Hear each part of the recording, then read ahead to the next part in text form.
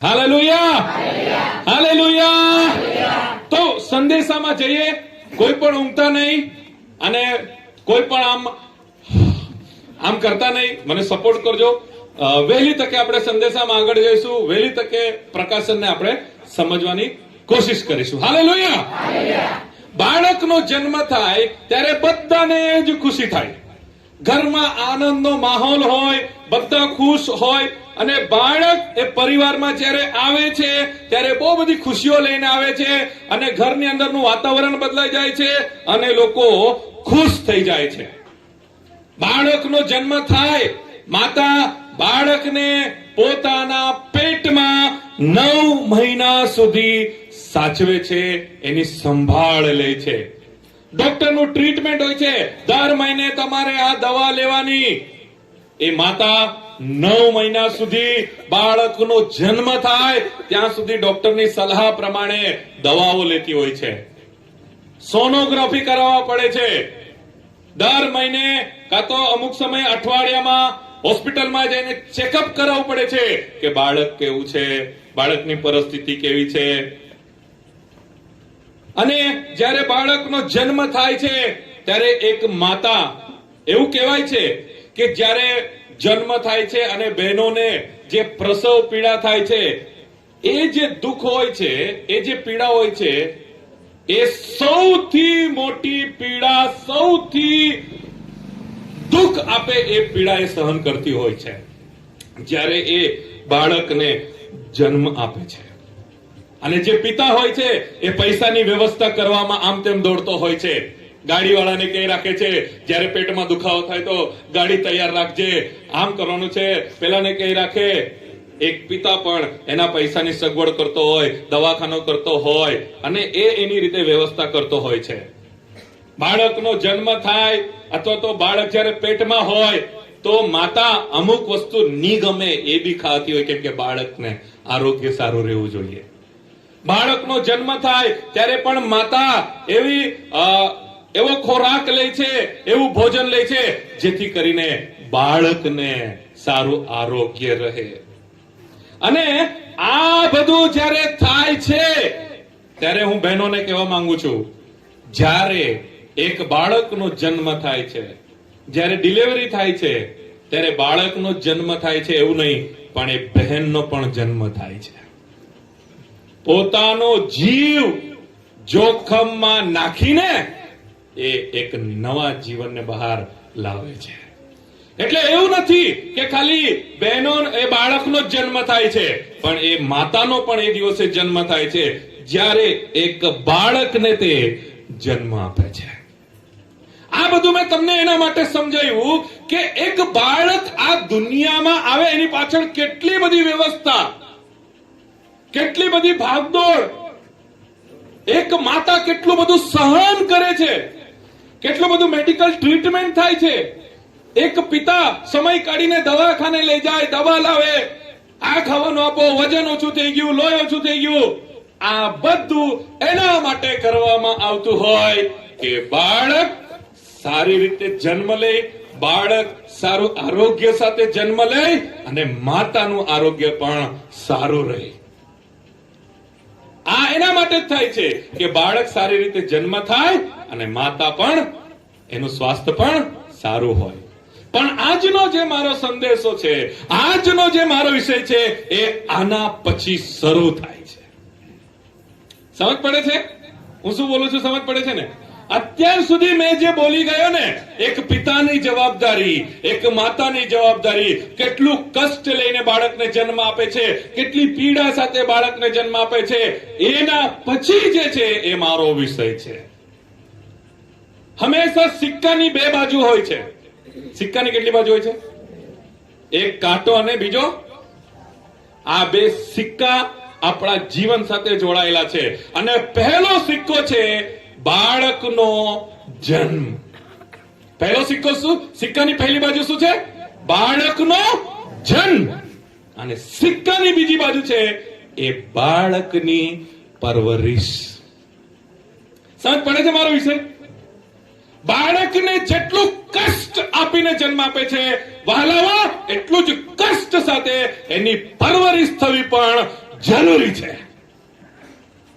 જેટલા સમય કાઢીને, જેટલી કાળજી લઈને, જેટલું મેડિકલ ટ્રીટમેન્ટ લઈને બાળકને જન્મના માટે વ્યવસ્થા થાય છે, એની પરવરિશ માટે પણ એટલી જ વ્યવસ્થા થવી જોઈએ. એટલે તમામ માતા પિતાઓને આજનો મારો સંદેશો છે, તમારા બાળકોની પરવરિશ.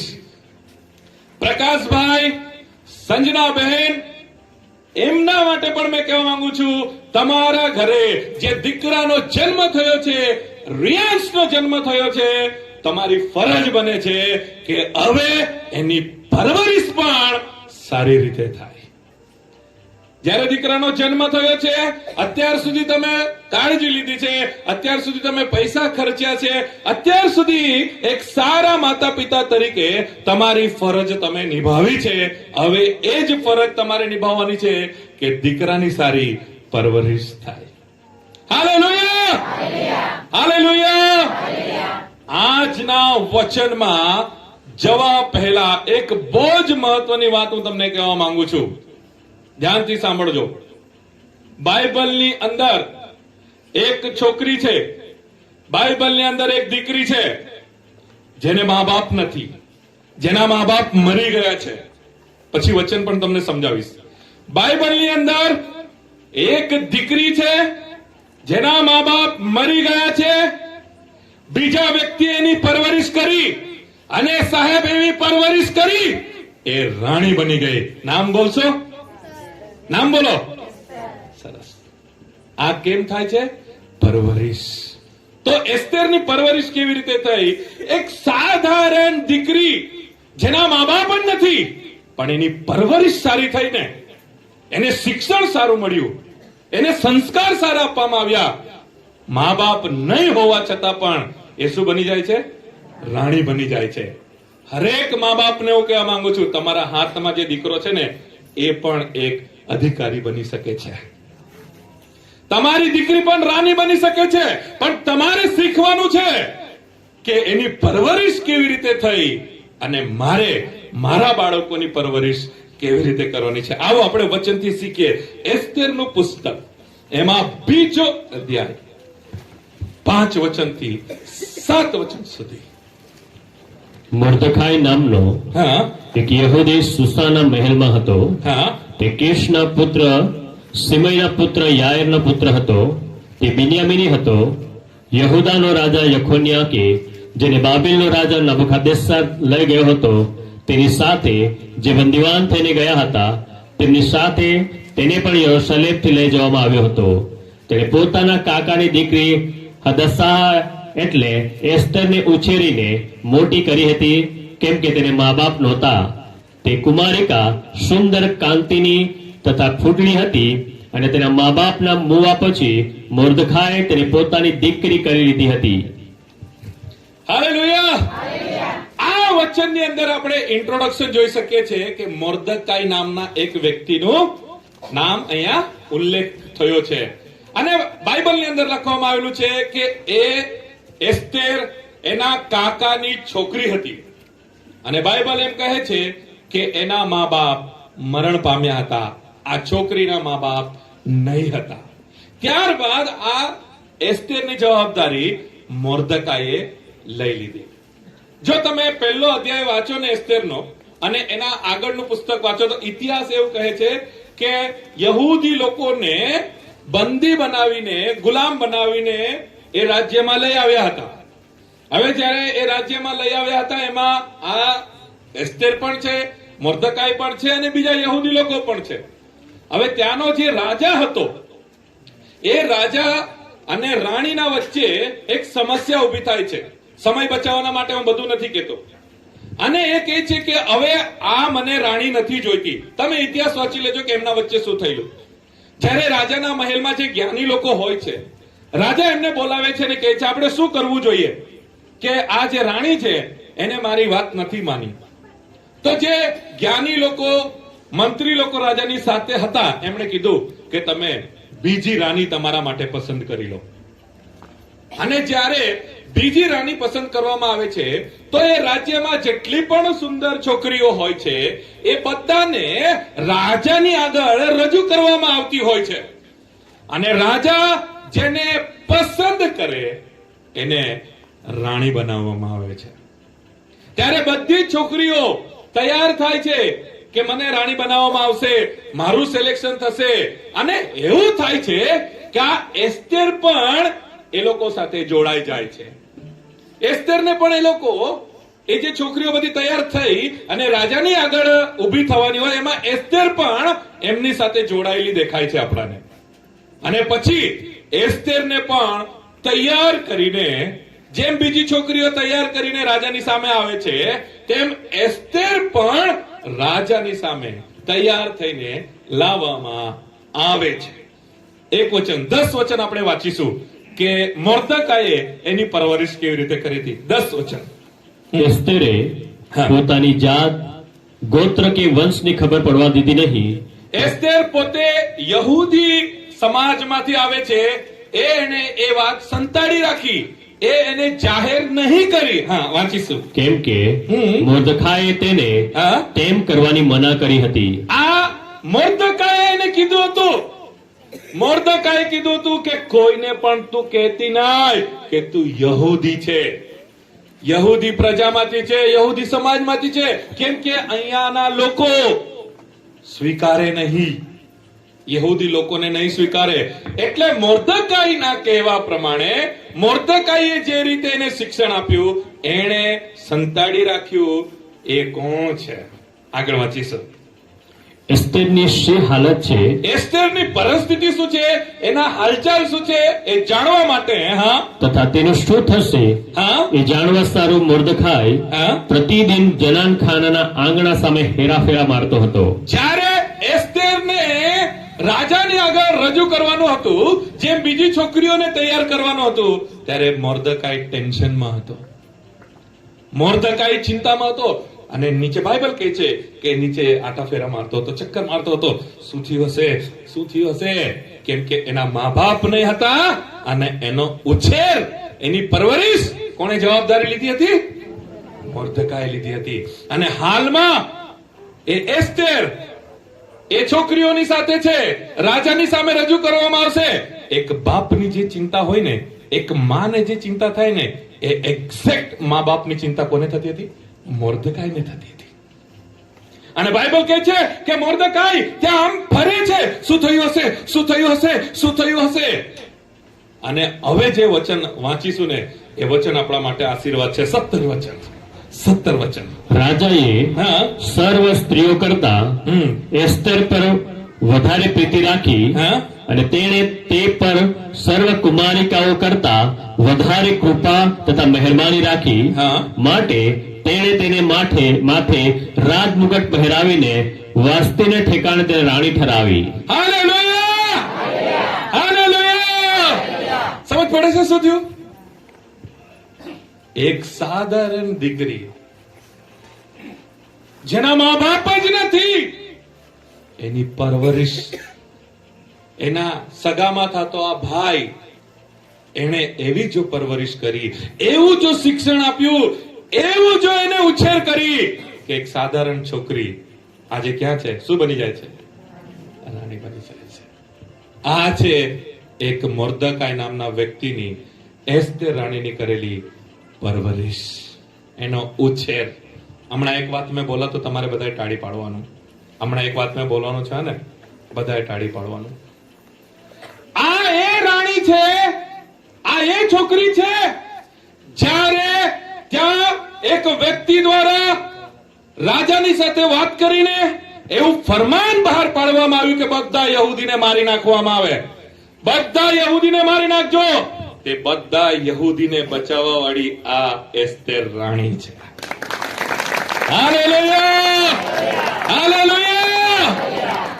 મોર્દકાઈ એની પરવરિશ, એનો ઉછેર, એનું શિક્ષણ, એનું માર્ગદર્શન વગર મા બાપની દીકરી આજે રાણી બની જાય છે. મારું કહેવાનું એ જ છે કે પરવરિશ જેવી થશે, તેવા બાળકનું ભવિષ્ય બનશે. જન્મ આપી દીધો એટલે પૂરું નહીં થાય. જન્મ પછી મા બાપની મોટી જવાબદારી શરૂ થાય છે. એટલે સિક્કાના બે ભાગ છે, કાંટો અને છાપો. એવી રીતે સિક્કાના બે ભાગ છે, માતા પિતાના માટે પણ બે ભાગ છે સિક્કાના. બાળકને જન્મ આપવો અને બાળકનો ઉછેર કરવો, પરવરિશ કરવી. હાલેલુયા. આજે માતા પિતાઓને હું કહેવા માંગુ છું, તમારા હાથમાં તમારી પાસે જે દીકરી છે એ મોર્દકાઈની જેમ જો તમે પરવરિશ કરશો ને, એ પણ એસ્તેર બનશે, એ પણ રાણી બનશે. હાલેલુયા. તમામ પિતાઓને હું કહેવા માંગુ છું, તમારા જે બાળકો છે એની જો તમે સારી પરવરિશ કરશો, તેઓ આવતા દિવસોમાં મોટા અધિકારીઓ, રાજા બની શકે છે. અને આખો આધાર પરવરિશ પર હોય છે.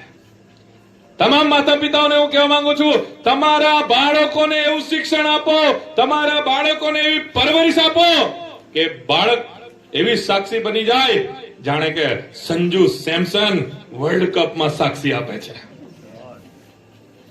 વર્લ્ડ કપમાં એટલું સારું બેટિંગ કરે છે, એટલા રન મારે છે, અને પછી બધાના વચ્ચે આટલી મોટી લાખોની સંખ્યામાં વચ્ચે આમ કરે છે, પ્રભુને મહિમા આપે છે. હાલેલુયા. પ્રભુનું નામ લે છે, પ્રાર્થના કરે છે, આટલી મોટી સંખ્યામાં ઈસુનો મહિમા કરે છે. આવા સંજુ સેમસન તમારા ઘરમાં પણ છે. ફરક એટલો છે કે પરવરિશ એવી થવી જોઈએ. તમારા ઘરમાં જેમીમાં રોડ્રિક્સ પણ છે. બહેનોની ક્રિકેટ, જ્યારે આ જેમીમાં રોડ્રિક્સ મહિલા ક્રિકેટ ટીમને જીતાવે છે અને જ્યારે એને આગળ બોલાવવામાં આવે છે અને પૂછવામાં આવે છે તો તે બાઇબલનું વચન બોલે છે. હાલેલુયા. આગળ આવીને બાઇબલનું વચન બોલે છે અને કહે છે, જ્યારે મેં ક્રિકેટ રમતી હતી ત્યારે મારા મનમાં વચન આવતું હતું કે તારું યુદ્ધ યહોવા લડશે.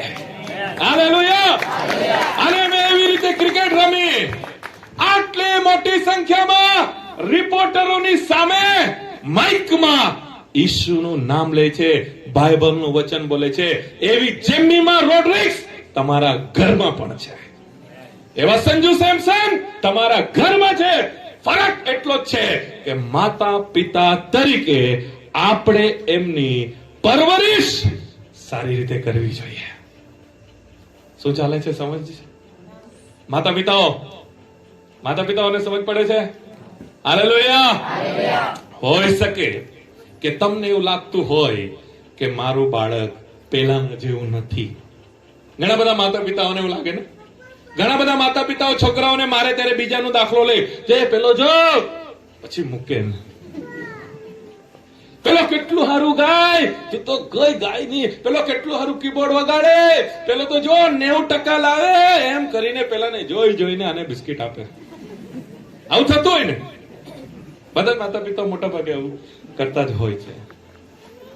કદાચ તમને એવું લાગતું હોય કે મારું બાળક થોડું અબનોર્મલ છે. કદાચ તમને એવું લાગતું હોય કે મારું બાળક બીજાના જેવું હોશિયાર નથી. તમને એવું લાગતું હોય કે મારા બાળકમાં થોડો ફોલ્ટ છે, કે થોડું બુદ્ધિ એની એવી છે, જન્મથી એવો છે, કે વારસાગત એવો છે, કે મારું બાળક યાદ નહીં રાખી શકે, મારો બાળક બીજાના બાળક જેવો નથી.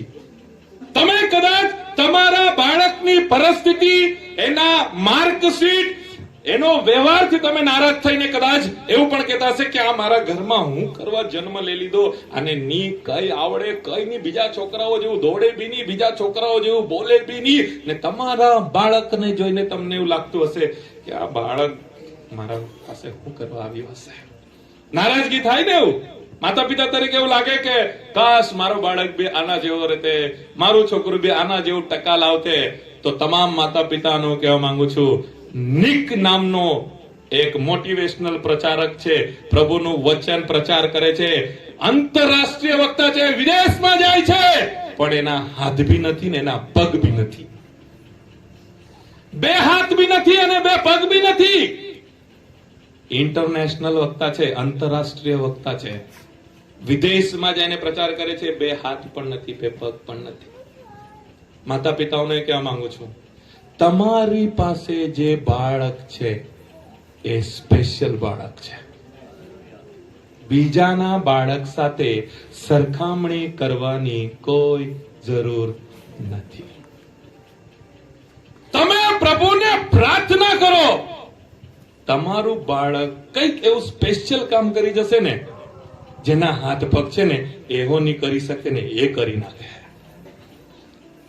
પરમેશ્વર હંમેશા હરેક વ્યક્તિના માટે યોજના રાખે છે. અને યાદ રાખજો, જ્યારે તમને એવું લાગે ને કે મારું બાળક થોડું પ્રોબ્લેમ વાળું છે, જ્યારે તમને એવું લાગે ને કે મારું બાળક થોડું મંદ બુદ્ધિ વાળું છે, જ્યારે તમને એવું લાગે ને કે મારું બાળક એકદમ આળસુ છે, મારું બાળક ભણવામાં કઈ નથી, એનો મતલબ એની પાસે કઈ બીજું સ્પેશિયલ હશે. કઈક હશે સ્પેશિયલ. એ ગીત ગાવામાં સ્પેશિયલ હશે, ક્રિકેટ રમવા હશે, વાજિંત્રો વગાડવામાં હશે. મેં તમને સાચું કહું છું, જો તમે ઇતિહાસને ચેક કરશો ને, જે બાળકો દુનિયાના નજરમાં, મા બાપના નજરમાં, સમાજના નજરમાં નકામા હતા ને, ઇતિહાસ એ લોકોએ જ બનાવ્યો છે. જે રીતે તમે બાળકની પરવરિશ કરશો, એ જ બાળક મોટું થઈને પરમેશ્વરને મહિમા આપશે. Hallelujah, hallelujah. મેં કોઈ દિવસે મારા છોકરાઓનું એટલું ટેન્શન નહીં લેવું. મને ખબર છે પ્રભુ કઈ ને કઈ કરશે. હું સેવા કરું છું ને, મારા બાળકોના માટે પ્રભુ કઈ ને કઈ કરશે, પણ મારી પરવરિશ ઇમ્પોર્ટન્ટ છે. મેં એટલું બધું શિક્ષણ પર ભાર નહીં મૂકું, પણ વાંચો વાંચો ભણો. પણ મને ખબર છે પ્રભુ આ લોકોને વ્યવસ્થિત જગ્યાએ લઈ જશે, કેમ કે મારે એમની પરવરિશ સારી કરવાની છે. અને પ્રભુની કૃપા મારા પર છે કે મારા 3 બાળકો પરીક્ષામાં 90% લાવે છે. હાલેલુયા.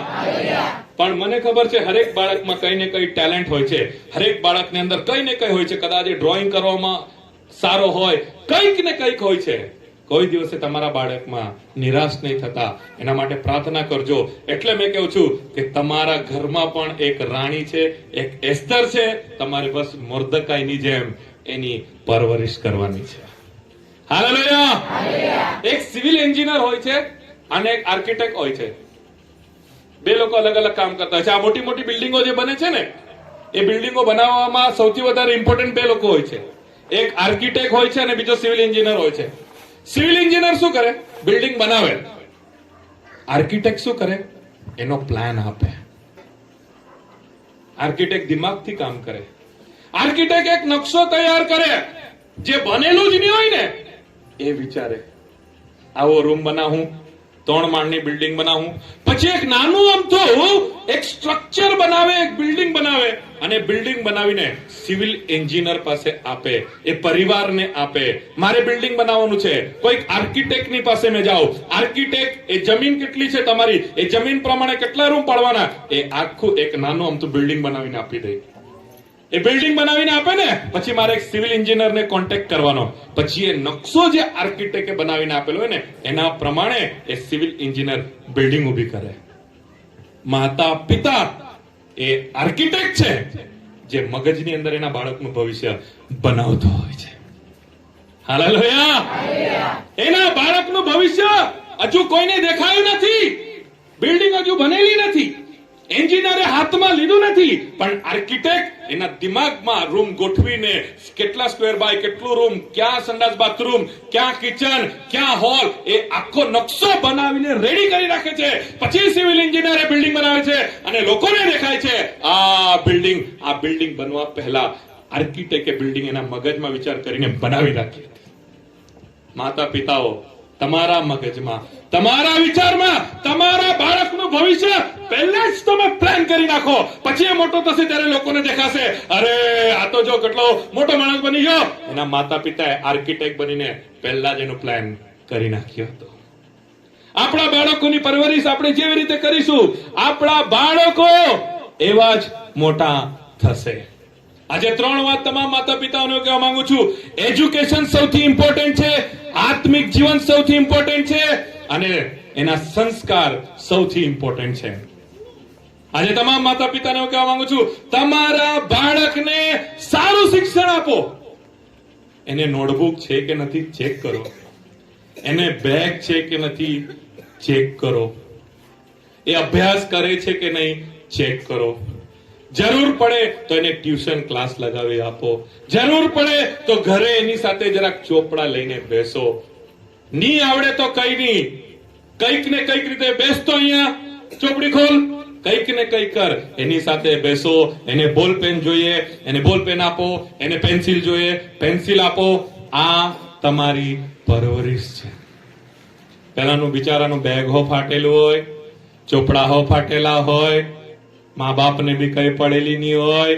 એને એકડો આવડે કે નહીં આવડે, એને એબીસીડી આવડે કે નહીં આવડે, તું તારું તારું જયા કર. ત્યાં જઈને બેહી રહે, અમને અહીંયા ઘરે ટેન્શન નહીં આપ. ત્યાં જઈને બેહી રહે તો સ્કૂલમાં, એટલે અમને શાંતિ. એમ એ ભણતો છે કે નથી, એને નોટબુક છે કે નથી, એને બોલપેન છે કે નથી, એને આવડતું છે કે નથી. સ્કૂલમાં વાલી મીટિંગ હોય કે, તો અમુક માતા પિતા તો વાલી મીટિંગમાં જાય જ નહીં. અમુક માતા પિતા તો એ શિક્ષકોને મળવા પણ નહીં જાય. શિક્ષકોને મળવા જાઓ, મારું બાળક કેવી રીતે અભ્યાસ કરતું છે, આટલા ઓછા માર્ક કેમ આવ્યા, આ નોટબુકમાં એને ચિતરી રાખેલું છે, ગણિતમાં કેવો છે. જ્યારે તમે તમારા બાળકને સારું શિક્ષણ આપશો, એના માટે ખર્ચો કરશો, એ જ એનું ભવિષ્ય ડિસાઈડ કરશે. તમારા બાળકોને તમે સારી પરવરિશ આપો, સારું શિક્ષણ આપો. અને બીજી વાત કે તમારા બાળકોને આત્મિક જીવનમાં કાળજી લો. તમારા બાળકને તમે શીખાવો પ્રાર્થના કરવાનું. તમારા બાળકને તમે શીખાવો બાઇબલ વાંચવાનું. તમારા બાળકને શીખાવો ચર્ચમાં જવાનું. તમારા બાળકને શીખાવો દાન આપવાનું. તમારા બાળકને શીખાવો ઉપવાસ કરવાનું. એને સારા સંસ્કાર આપો, એને આત્મિક જીવન આપો.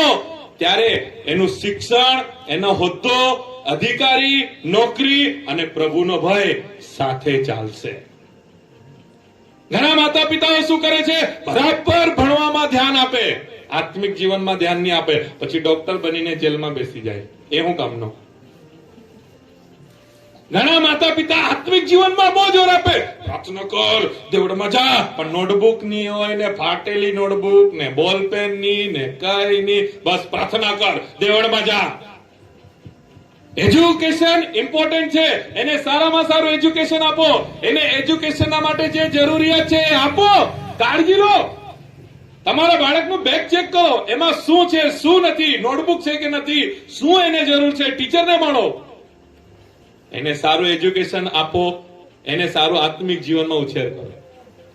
મેં આભાર માનું છું એવી માતાઓને જે બાળકોને આવી રીતે ઉચકીને લાવે છે. દાન નાખવા આવે ને, દાન આપવા, ત્યારે એના હાથમાં 10 ની નોટ, 20 ની નોટ કે પકડાવી દે.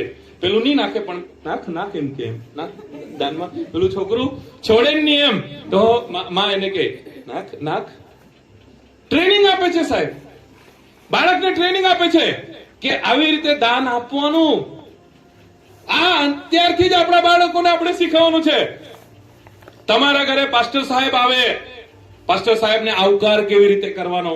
તમારા ઘરે મહેમાન આવે તો મહેમાનને આવકાર કેવી રીતે કરવાનો, એ તમારા બાળકોને અત્યારથી જ તમારે શીખવવાનું. મારા ઘરે જો તમે આવો ને તો એવી રીતે ટ્રેન કરી દીધેલા છે, એન્જલ સાહેબ આવ્યા છે, પાણી આપજે. ચાય બને, ચાય લઈ આવજો. જમવાનું હોય, ચલો એક જણ હાથ દોડાવે, પછી એક છોકરો છે ને બહાર પાછળ રૂમાલ લઈને ઉભો હોય, બીજો છે ને પેલું તપેલું ને લોટો લઈને ઉભો હોય. ચલો એક જણ હાથ દોડાવે, એક જણ રૂમાલ લઈને ઉભો રહે. અત્યારથી કરો. થોડીક ભૂલ થાય, તપેલું ઊંધું થઈ જાય, પાણી પડી જાય, કઈ વાંધો નહીં, બીજી વાર શીખે. ચાલ ડીશ લાવો, ચાલો કાંદા લાવો, કચુંબર લાવો, પાણી લાવો.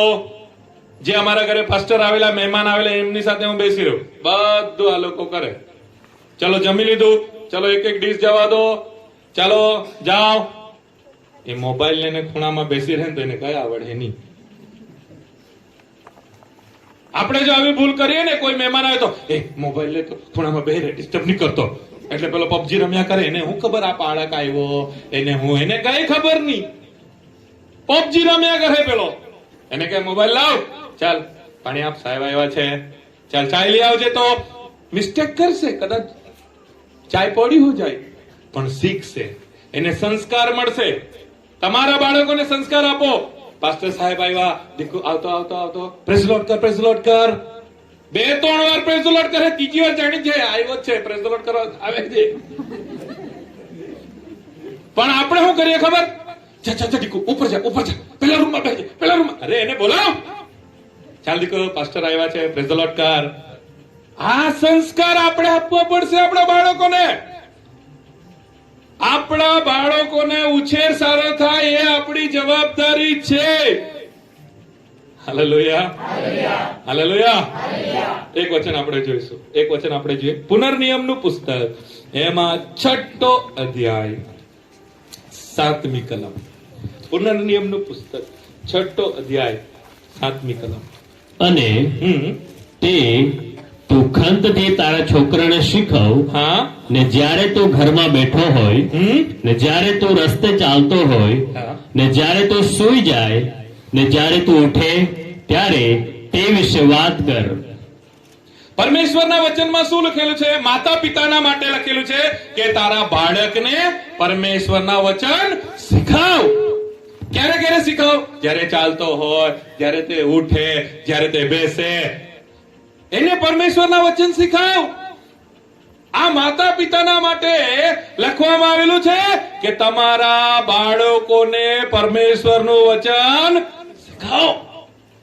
એટલે માતા પિતા આ વચન ગ્રહણ કરીને છોકરાઓને બરાબર શીખાવે. ઉઠતો, દેવડે જવાનું છે, તૈયાર થતો, ચાલતો, બાઇબલ વાંચતો, બાઇબલ લઈને બેહતો, થોડી વાર પ્રાર્થના કરતો. એટલે માતા પિતાને કીધું છે કે નહીં કે તમારા બાળકોને વચન શીખાવો. એટલે માતા પિતાઓ એના બાળકોને વચન શીખાવે, પણ કામ નહીં થાય અમુક ટાઈમે. માતા પિતાઓ બહુ કોશિશ કરે, દેવડે જા, બાઇબલ વાંચ, પ્રાર્થના કર, એ નહીં કહો ના, બહુ શીખાવે, પણ રિઝલ્ટ કેમ નહીં આવે ખબર? કારણ કે આપણે 6ઠી વચન નથી સમજતા, 6ઠ્ઠો અધ્યાય ને 6ઠ્ઠી કલમ નથી સમજતા. આપણે ડાયરેક્ટ છે ને 7મી કલમ પર કામ કરવાનું ચાલુ કરી દીધું છે, પણ 6ઠ્ઠી કલમ પર તો ધ્યાન જ નથી આપતા. તો માતા પિતાઓ જે 7મા વચન પ્રમાણે કામ કરે છે, એ આજથી 6ઠ્ઠી કલમ પ્રમાણે કામ કરશો તો ફળ આવશે.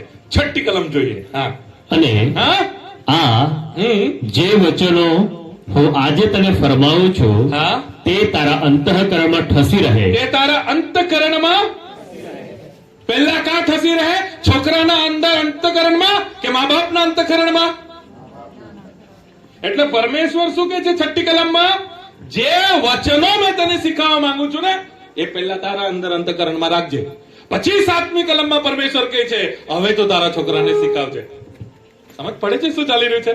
પણ મા બાપ શું કરે ખબર? 6ઠ્ઠી કલમને ધ્યાનમાં જ નહીં લઈ, ડાયરેક્ટ 7મી કલમ. એનો મતલબ શું? પહેલા વચન તારે તારા જીવનમાં લેવાના. વચન સમજ પડે છે? વચન સમજ પડે છે હું શું બોલું છું?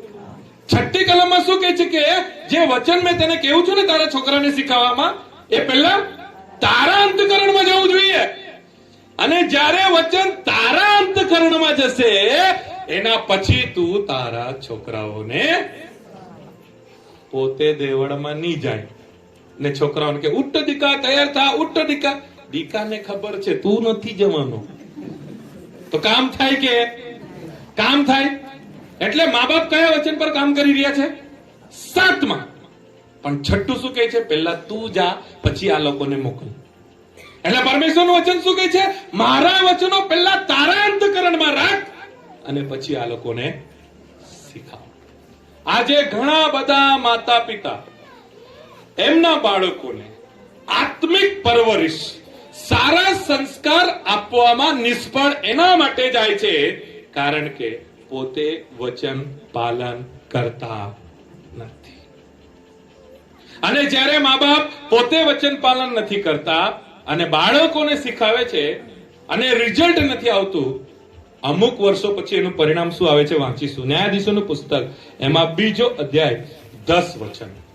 જે માતા પિતા પોતે વચનમાં નહીં ચાલે, એમના બાળકોને વચન ચાલવાનું શીખાવે, અમુક વર્ષો પછી શું પરિણામ આવે છે? ન્યાયાધીશોનું પુસ્તક, એમાં 2જો અધ્યાય અને 10 વચન. અને હમ. તે આખી પેઢી પણ પોતાના પિતરોની સાથે મળી ગઈ હા, અને તેઓના પછી તેઓના પછી એક એવી પેઢી ઉત્પન્ન થઈ કે એક નવી એવી પેઢી આવી. જે યહોવાને તથા ઇઝરાયેલને સારું હમ. તેણે જે કામ કર્યું હતું હા, તે પણ જાણતી નહોતી. પછી એવી પેઢી જન્મ લઈને જેને યહોવા કોણ છે એ જ નથી ખબર પડતી. પરમેશ્વર કોણ છે એ જ નથી ખબર. પરમેશ્વરના કાર્યો શું છે એ જ નહીં ખબર. પરમેશ્વરના આશીર્વાદો છે શું એ જ નહીં ખબર. કેમ કે એના મા બાપે એના બાળકને વારસો આપ્યો નહીં. પછી આજે તો હાલેલુયા બોલતા છે, આજે તો પ્રેઝ ધ લોર્ડ કરતા છે, આજે તો આરાધના કરતા છે, પણ આ શિક્ષણ જો બાળકોને નહીં આપવામાં આવશે તો આવનાર પેઢી એવી આવશે જે પરમેશ્વરને ઓળખતી જ નથી. એને પાસ્ટરની સાથે વાત કરવાનું નહીં આવે, પાસ્ટરને પ્રેઝ ધ લોર્ડ કરવાનું નહીં આવે. ઘરે પાસ્ટર આવે તો એનું કામ કર્યા કરતો હોય, દેવળમાં જાય તો મોબાઈલ લઈને બેસી રહેલો હોય, આમેન બોલે ત્યારે આવે, અંદર બી આવે તો ફેસબુક ને વોટ્સઅપ ચલાવે. એને અનુભવ જ નહીં થયો જેના પપ્પા સેવા કરતા હતા, જેના દાદા સેવા કરતા હતા. આ એક એવી પેઢી આવી ગઈ જે પરમેશ્વરને ઓળખતી. એના માટે પરમેશ્વરે કીધું આવું નહીં થવું જોઈએ કે બીજી પેઢી એવી આવે કે પરમેશ્વરને નહીં ઓળખે. એના માટે તારા અંતઃકરણમાં વચન રાખ અને તારા બાળકને શીખવ, જેથી બીજી પેઢી પણ મારી સાથે બની રહે, જેથી બીજી પેઢી પણ મને ઓળખે કે હું પોતે પરમેશ્વર છું. હાલેલુયા. માતા પિતા તમામને હું કહેવા માંગુ છું, જો આપણા ઘરમાં બાળકનો જન્મ થયો છે, બાળકના જન્મની આપણાને ખુશી છે, પ્રભુએ આપણા ઘરમાં બાળકો આપ્યા છે, તો યાદ રાખજો એની પરવરિશ એ પણ મહત્વની છે. અને તમામ માતા પિતાઓ એ તમારી જવાબદારી બને કે તમે બાળકની આગળ, તમારા છોકરાની આગળ એક સારો નમૂનો આપો, એક સારું જીવન તમારા બાળકની આગળ તમે પ્રગટ કરો. એ બહુ ઇમ્પોર્ટન્ટ છે. તમે જ્યારે તમારા બાળકને એમ કહો છો ચર્ચમાં જા, પ્રાર્થના કર, બાઇબલ વાંચ, એના કરતા ઇમ્પોર્ટન્ટ શું છે ખબર? એને એવું કરતા તમને જોવા જોઈએ. મારી વાત સમજ પડે છે? જે હું મારા દીકરાને બોલું ને, દીકરા ચાલ રવિવાર છે દેવળે જા, આવું બોલવાની જે અસર થાય ને એના કરતા વધારે અસર ક્યારે થાય ખબર? જ્યારે એ મને દેવળમાં જતો જોઈ. સમજ પડે છે? મારા શબ્દોની અસર ત્યારે થશે, પપ્પા મને એમ કહેતા છે દીકરા દેવળમાં જા, અને મારા પપ્પા પણ દેવળમાં જતા છે, ત્યારે એની અસર થશે. જ્યારે હું મારા દીકરાને બોલું દીકરા બાઇબલ વાંચ, અને જ્યારે હું એને શીખવું છું કે બાઇબલ વાંચ, અને મને બાઇબલ વાંચતા જોઈ, ત્યારે અસર થાય છે કે મારા પપ્પા પોતે પણ વાંચતા છે. મેં ઉપવાસ કરા, એને ઉપવાસ કરવાનું શીખવા, મેં દાન આપા, એને દાન આપવાનું શીખવા, મેં ચર્ચમાં જવા, એને ચર્ચમાં જવાનું શીખવા, ત્યારે અસર થશે કે મારા પપ્પા એવું જીવન જીવી રહ્યા છે, મારે પણ એવું જીવન જીવવું છે. Hallelujah, hallelujah. ઘણી બધી વખત દુઃખ થાય છે, અમુક લોકો વ્યસન કરે છે, વિમલ ખાય, તમાકુ ખાય, અને જ્યારે કોઈક વ્યક્તિ વિમલ ને તમાકુ ખાય ત્યારે એના મનમાં એવી ઈચ્છા હોય કે મારું બાળક નહીં ખાય. હોય ને? મેં ખાતો છું. અમુક લોકો ખાતા ખાતા કે મેં ખાતો છું, તું નહીં ખાતો? હે, આવો ગંદુ કહેવાય, ગંદુ. મેં ખાતો છું, તું નહીં ખાતો? અરે એ ખાય જ, એને તમને ખાતા જોયો. બાપ ખાય તે સારું જોઈએ એવું માને ને. મેં પીતો છું, તું નહીં પીતો? હે, હાથ ની લગો તો લોટો પેલી બાજુ મૂક, લોટો મૂક પેલી બાજુ. અરે એ પીહે જ, તમે પીતા છે તો. મને આ નહીં સમજ પડે કે કોણે એવું શિક્ષણ આપ્યું કે મેં ખાતો છું, તું નહીં ખાતો. આ કાથી લાવ્યો ખબર નહીં. મેં પીતો છું, તું નહીં પીતો. પણ બાઇબલ તો આપણને એવું શિક્ષણ આપે છે, મારા વચન તારા અંતઃકરણમાં જાય અને તારા બાળકને તું શીખાવ. બાઇબલ તો આવું શિક્ષણ આપે છે કે તું પ્રભુના માર્ગમાં ચાલ અને તારા બાળકોને પણ પ્રભુના માર્ગમાં ચલાવ. પણ અહીંયા એક એવી સિસ્ટમ આવી ગઈ છે, જો દીકા મારી જિંદગી તો હવે આવી જ છે, તમે ભણો હે, તમે આવું નહીં રહેતા, આ કાથી લાવ્યા? અમુક લોકો આવું ડાયલોગ મારે, અને ડાયલોગમાં પ્રેમ હોય, પ્રેમ. જો દીકા મેં તો હવે આવો, મારી જિંદગી આવી જ નીકળી ગઈ, પી પીને તું હારું રહેજે. અરે આ એવું લાગે છે કે બહુ પ્રેમથી બોલતો છે. તમે ઘરમાં ઝઘડો કરો છો, તમારા બાળકો તમને જોઈ છે. તમે ગાળ બોલો છો, તમારા બાળકો તમને જોઈ છે. તમે જે કંઈ પણ કરો છો, તમારી હરેક વાત પર, તમારા હરેક કામ પર તમારા બાળકોની નજર છે. તમને એવું લાગતું છે કે એલાલ કાંઈ જ સમજ નહીં પડે, એવું તમને લાગે છે. તમને લાગે છે કે નાનલા છે રે, એને કઈ સમજ નહીં પડે, એને બધી સમજ પડે, બોલે જ્યારે એનો સમય આવે. એક મા બાપ પોતાનું જીવન એના બાળકોની આગળ સારું રાખે, ઓટોમેટિક બાળકો ઉપર સારી અસર પડે. મારો સમય હવે પૂરો થાય છે. જે સમય મને સાહેબે આપ્યો હતો, એટલે મેં છે ને આવી રીતે ટાઈમ જોયા કરું. 8:54 થઈ છે. 6 મિનિટ મારી પાસે છે, અને આ 6 મિનિટમાં હું તમને એવું કહેવા માંગુ છું, જો તમે મોર્દકાઈની જેમ ફરજ નિભાવશો, વગર મા બાપની છોકરી, જો એ વ્યક્તિ એ દીકરીને રાણી બનાવી શકે છે, તો તમારા બાળકોને તમે ક્યાં લઈ જઈ શકો છો? તમારા બાળકોને સારા સંસ્કાર આપો, તમારા બાળકોને સારું શિક્ષણ આપો, તમારા બાળકો પ્રત્યે તમે સારી ફરજ નિભાવો. અને આ શિક્ષણ જ્યારે મેં તમને આપું છું, પ્રભુએ મને પણ 3 બાળકો આપ્યા છે. મોટો છોકરો 9મા ધોરણમાં ભણે છે, છોકરી 5મા ધોરણમાં ભણે છે, અને સૌથી જે નાનો છે એ 3જા ધોરણમાં ભણે છે.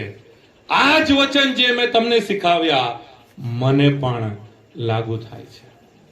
ઘણી બધી વખત ફી ભરવામાં તકલીફ થાય છે, ઘણી બધી વખત સ્કૂલમાં કઈ પ્રોગ્રામ આવે, પહોંચી નથી વળાતું, છતાં પણ જન્મ આપ્યો છે એટલું જ નહીં, પરવરિશ કરવું પણ મારી જવાબદારી છે. જન્મ આપીને છોડી નથી દેવાના. એક સારી પરવરિશ એવા લેવલ પર આપણા બાળકોને આપણે લઈ જવાનું છે કે ત્યાં જઈને બોલવો જોઈએ, ઈસુ પ્રભુ છે. ત્યાં પહોંચીને બોલવો જોઈએ કે અહીંયા મને મારો પ્રભુ લાવ્યો છે. એવા લેવલ પર જાઓ ને કે ન્યૂઝ વાળા, મીડિયા વાળા, આખી પબ્લિક ટીવીમાં અને આખા ચેનલ પર તમારા બાળકો હોય, અને માઇકમાં બધાની સામે બોલે, ઈસુ મને અહીંયા સુધી, એવા પાવરફુલ તમારા છોકરાઓને તમે બનાવી દો. અને એ તમારા હાથમાં છે, એમનું ભવિષ્ય તમારા હાથમાં છે. આજે પ્રભુના દાસ તરીકે, આજે પાસ્ટર તરીકે, પ્રભુના વચનમાંથી હું તમને કહેવા માંગુ છું, તમારા ઘરમાં એક એસ્તેર રાણી છે. તમારા ઘરમાં એક એસ્તેર રાણી છે. શું તમે મોર્દકાઈની જેમ એની પરવરિશ કરવા તૈયાર છો કે? આજથી તમારા છોકરાઓને નોટબુક તમારે લઈ આપવાની, આજથી તમારા છોકરાઓના ચોપડા તમારે ચેક કરવાના, આજથી તમારા છોકરાના સંસ્કાર કેવા છે, બોલી કેવી છે, વાણી કેવી છે, વર્તન કેવો છે, એ જવાબદારી તમારી છે. અને તમામ માતા પિતાઓને મારી વિનંતી છે, ખરેખર કેવું છું કે હાથ જોડું છું, તમારું જીવન એ બાળકોના માટે ઇમ્પોર્ટન્ટ છે. તમારા શબ્દો, તમારી સેવા, તમે એના માટે ઇમ્પોર્ટન્ટ છો. તમે જે શિક્ષણ આપો ને, એક શિક્ષણ કરતા ઇમ્પોર્ટન્ટ તમે છો. જો તમારું જીવન તમારા બાળકો આગળ સારું છે, તો એ તમને જોઈને શીખશે. મારા પપ્પા પ્રાર્થના કરે છે, મેં બી પ્રાર્થના કરા. મારા પપ્પા દેવળમાં જાય છે, મેં પણ દેવળમાં જવા. મારા પપ્પા ઉપવાસ કરે છે, મેં પણ ઉપવાસ કરા. હાલેલુયા. અમારા નાના નાના છોકરાઓ છે, ઉપવાસ કરે છે. મેં ના પાડું છું એ લોકોને, પણ ઉપવાસ કરવો છે. ત્યારે હું ને મારી ઘરવાળી ચિંતા કરીએ, ચક્કર આવી જાય, પડી જાય, નાના છે. રાતના ઉઠીને આ મોટો છોકરો પ્રાર્થના કરે, 3 વાગે ને 2 વાગે ઉઠી જાય, પ્રાર્થના કરે છે. અમે ધ્યાન રાખીએ, અરે આટલા વાગે ઉઠેલો છે, આ પ્રાર્થના કરતો છે. આપણા બાળકોને આપણે જેવા સંસ્કાર આપીશું, જેવો આપણું બાળક છે, પ્રભુનો આભાર, એ એક રાજા બનવો જોઈએ, એસ્તેર રાણી બનવી જોઈએ. એ આપણી જવાબદારી છે. હાલેલુયા. આવો આપણે પ્રાર્થના કરીશું.